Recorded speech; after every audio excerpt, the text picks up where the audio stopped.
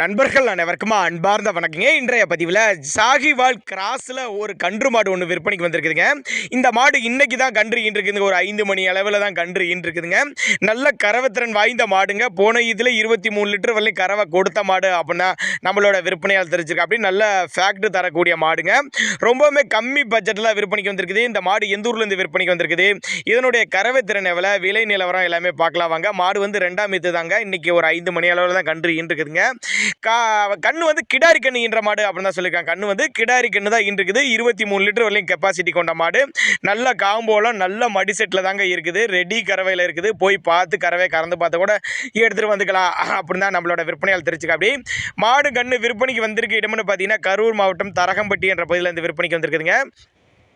தமிழ்நாடு பூரா டிரான்ஸ்போர்ட் வசதி பண்ணி கொடுத்தலாம் சொல்லியிருக்காங்க. நல்ல காம்போலம் நல்ல மடிசெட்டு, எல்லா கிளைமேட் வெயிலோ மழையோ எல்லா கிளைமேட் அடாப்ட் பண்ணிக்கக்கூடிய மாடு.